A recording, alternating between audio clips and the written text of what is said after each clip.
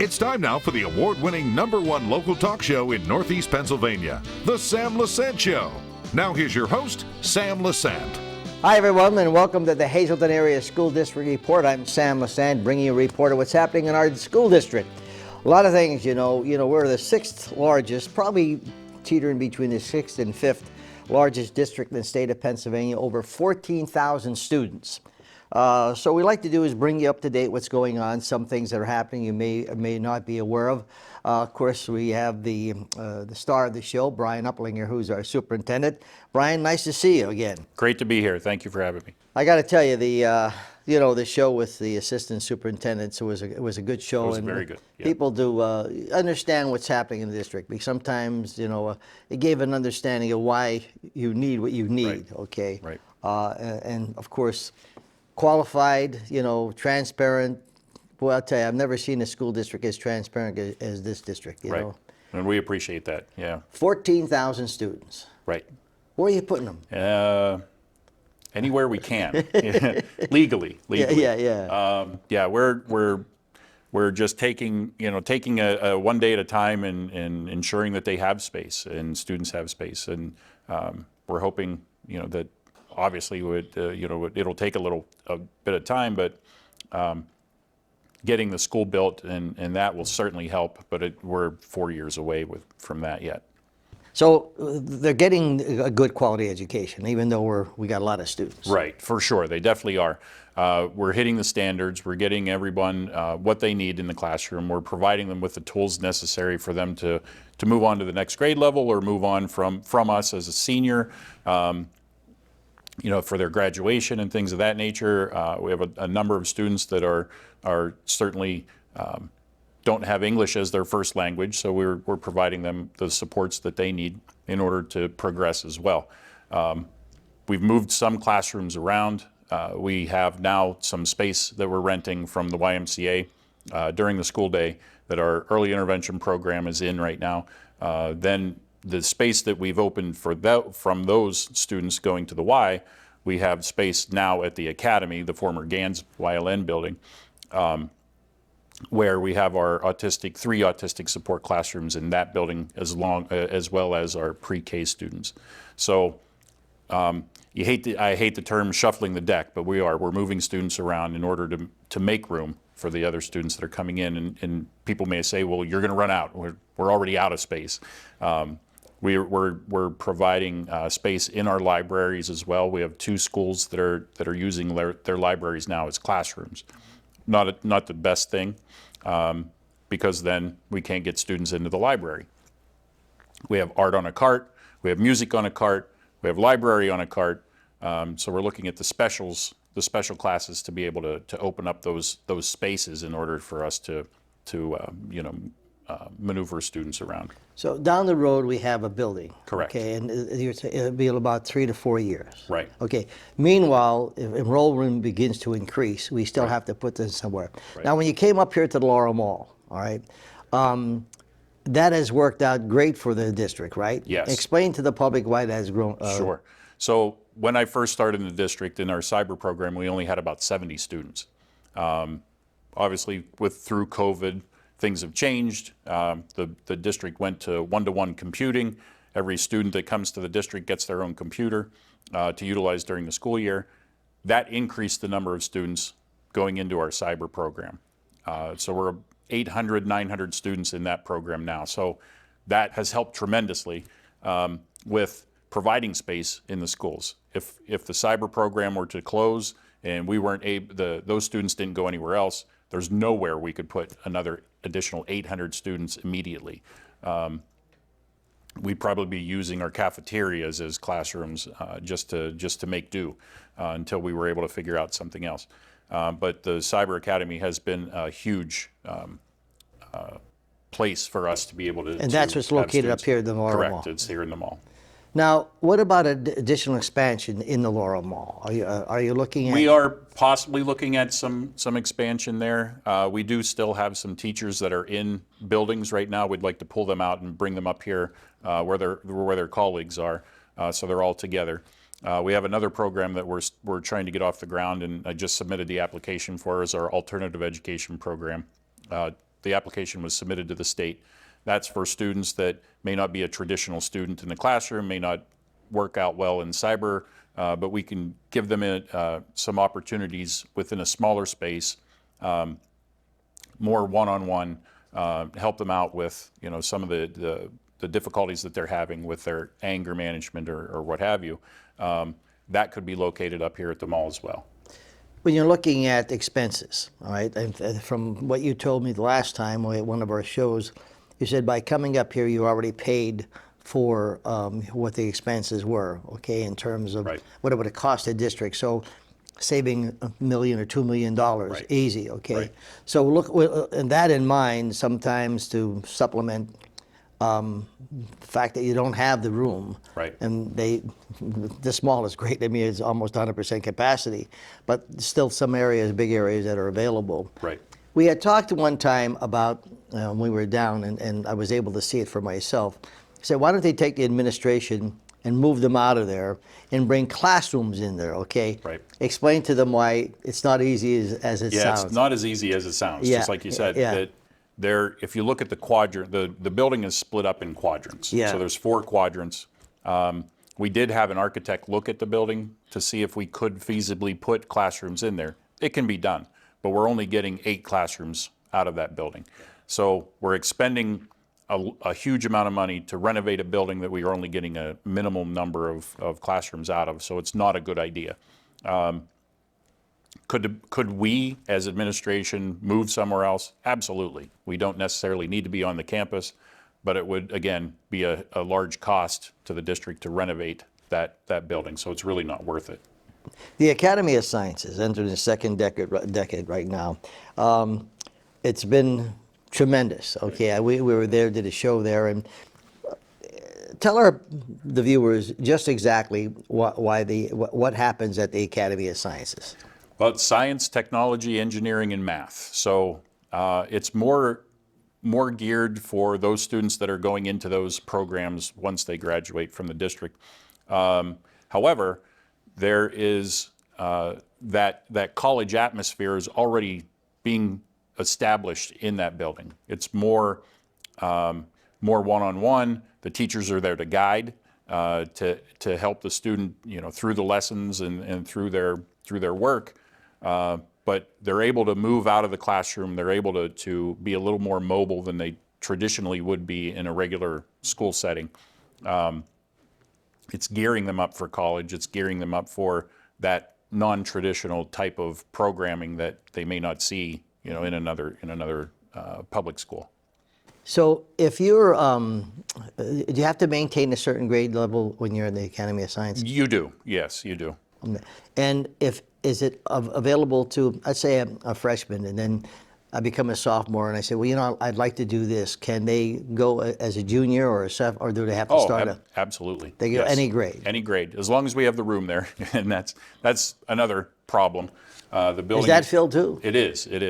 We have the capacity for 535 students in the school, and it's definitely at capacity. There may be a junior or a sophomore student or even a senior space available that we may be able to put one of those students in there at that grade level, but 9th grade is usually typically very full. We have a waiting list, but yeah, there's not a lot of room at that end either. Brian, when you're, anyone's sitting down planning to build something, they look at what their needs are, all right? And certainly, with all due respect to administration, school boards, when they were planning on building, okay, would they look down and say, look, in the next, here's our growth. Right. Okay, and so let's build according to that. Because I think, did you or someone say at one of the shows that even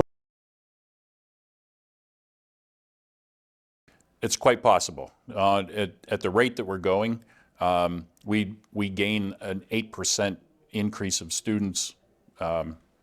We have increased 8% since I've been here.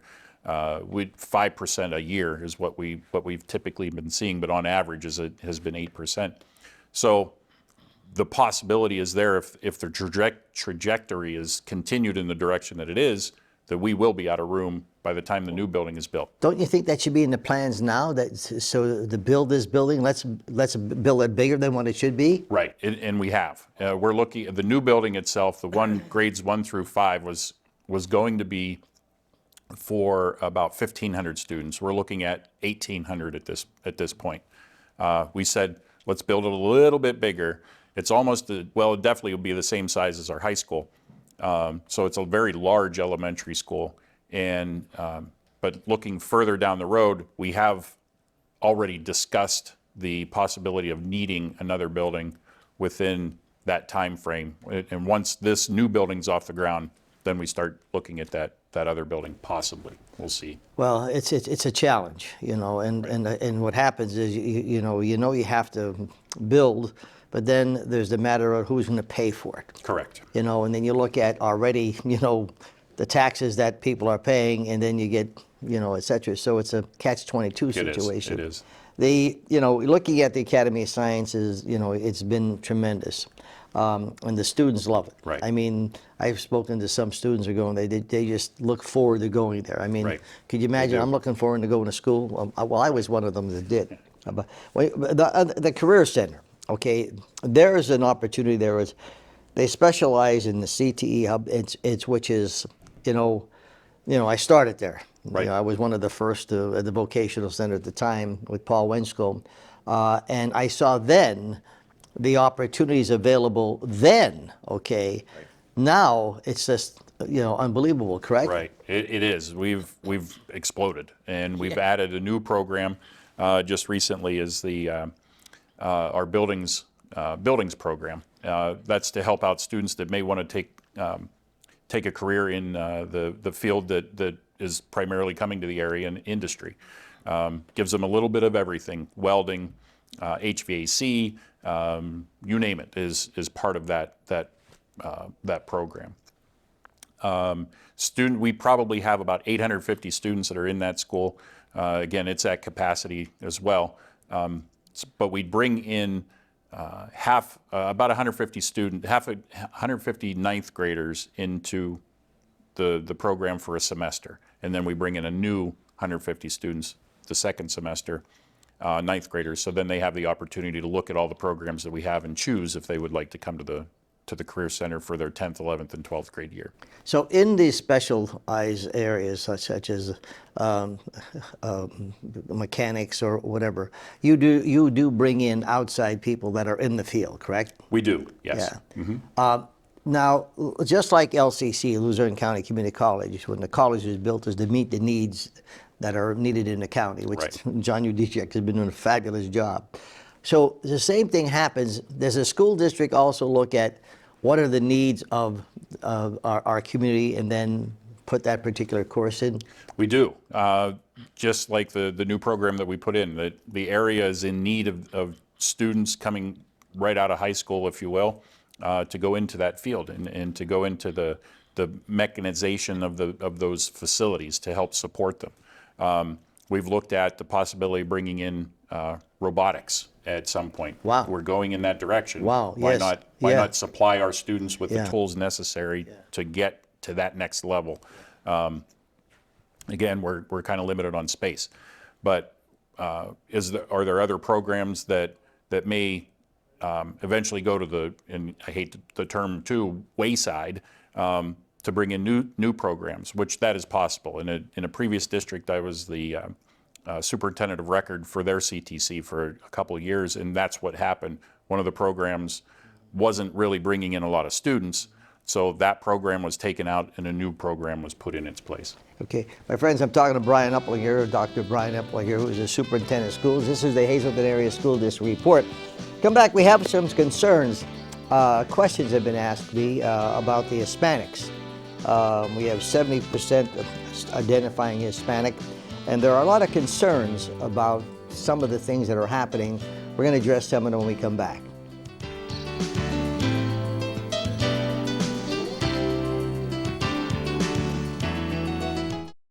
Well, welcome back to the Hazleton Area School District Report. I'm Sam Lesante, bringing you up to date on what's happening in our school district. I have Dr. Brian Uplinger here, and let me tell you, remember 24/7, you get to watch all of our neighborhood programs. You can pick up the panorama. They have the complete schedule of all the shows we have. Also, my email, sam@ssptv.com, 570-455-7267 if you want to call and ask me some questions. And taking that statement I just made about questions, there are over 70% students, according to here, identifying Hispanic. Okay. Some of the people that have said to me, they're not prejudiced by no means. Right. I mean, I know when the Italians came over, we had one. But so putting that aside, the language barrier here, okay, and one of the ladies' mother said to me, Mr. Lesante, I have nothing, but what's happening is, they don't understand English, and my kid's suffering because of that. Okay, we're not getting the teacher, has to take care of the Hispanics, plus he has to take. But why isn't that they should be speaking English and learning English if they're coming to our schools? He said, and believe me, if I spoke Russian, it would be the same way. So it's a touchy situation, but how do you address that? Right. So we've done more for our Hispanic population than previous to my tenure in the district, and that'll continue. The same with any student. We're here for all students, so we definitely need to work with every single student, special education, regular education, Hispanic students, what have you. We have some Ukrainian students, so it's really difficult to touch base with them as well, Japanese students. But what we've done is put into place the newcomer center. That is at the Early Learning Center, and that's K-6. But then we also have newcomer centers within our middle high schools. And those programs address those needs where students may not know any English whatsoever, and they are placed in the newcomer centers across the district that give them those skills. They have Hispanic teachers that may be bilingual in the classroom, or a paraprofessional that's bilingual to assist with the lesson that's taking place. The teachers are certified ELL instructors that can help the group of students that they have with their English skills. We try to immerse as much as possible in the English language so they can learn it a little more quickly. But there are times that we certainly have to communicate with our Hispanic students in Spanish, and that's okay, because they would need to communicate with us in English. So we have different tools as well. We have different translating machines, if you will, or technology that helps support the students as well, that our teachers can utilize. All right. Hazleton Area School District also provides a wide range of free programs. We do. For families. Right. Explain that. Our Spanish classes for our staff members, for them to learn more Spanish, is offered for free. We also, on the flip side, have English classes that are offered for free to our Hispanic families. And the group of families that are in that program are the ones that have their students in the Newcomer Center, because they need to help support at home the English language, as well as in maintaining their native language as well. But to help that transition a little bit better, those are two of the larger offerings that we share with families. Recently, there's been a lot of attention on autism, okay, and they're trying to address, the increase in autism. Have we seen an increase in autism students in our Hazleton Area School? We definitely have. And to give an example, the classes that we just had placed at the academy in our early intervention spaces are 3 autistic support classrooms. We, on average, add 4 to 5 autistic support classrooms a year. And everybody might be asking, where do you put them? Yeah. The same thing. We have to move other classes around in order to provide that service. And something to keep in mind as well with autistic support, you can only have 8 students in a classroom at a time. So that takes, a regular sized classroom, that takes away from the regular ed students in, utilizing a large space for not only, but for 8 students rather than 25. But we have other supports in those classrooms for those students. So additional paraprofessionals, there's staff members, there may be Bayada nurses that help out as well. So we have seen an uptick in our autistic support students. We've seen an uptick that's in school age, but we've also seen an uptick in our early intervention programs with autistic children. I don't know if the situation is with what's occurring now, is that going to help if certain medications aren't provided or what have you? I don't know. And it doesn't matter to me. We'll service the students when they come to us. We'll figure it out. And that's what we're all about, is every student. The NEPA project, Right. okay, tell our viewers what that is. So that teaching in NEPA, and we are excited about that program. We only have a couple students in it right now, but as the years go on, it's certainly going to grow. I'll be meeting with several seniors that would have shown an interest in the possibility of teaching, and sit down with them and kind of talk them through the process. It's an opportunity for students to become teachers for less than $30,000, and it's a deal. Unprecedented to have something like that in our back pocket, if you will. The JROTC expansion from 50 students in 2023 to nearly 200 this fall. We did a show there, right? We did, yes. How's that program coming along? Again, it's exploding as well. It's been a fantastic addition to our high school program.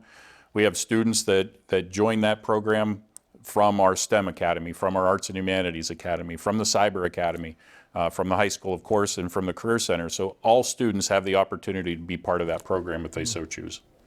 I'm looking at here upcoming projects, the construction of a new elementary school, new access road to North Academy campus, supported by $850,000 in state funding.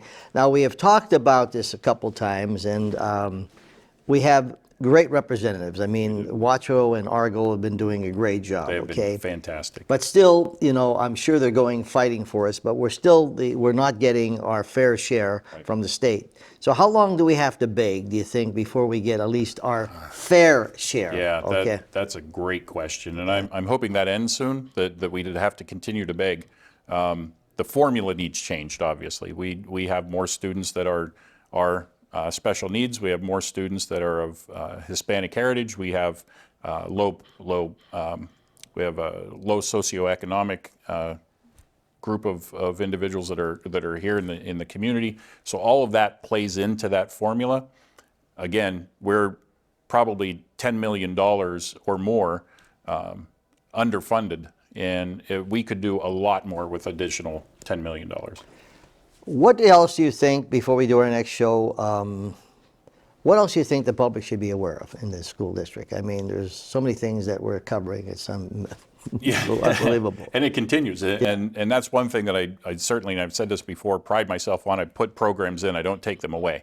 So, and that's because I'm a student-centered person, and that's what the students have asked for, and that's how we move. We need to placate to their needs and their wants, and to make sure that we're doing everything we can to support them as they move on. So there's a plethora of ideas that I have in my head. It's just a matter of getting them out and getting them out there. But if they have any questions whatsoever, I'm available. They can email or call. I was just going to say, I don't know of any district that has been as transparent as the Hazelton Area School District has been. I mean, just the mere fact that we do a monthly show.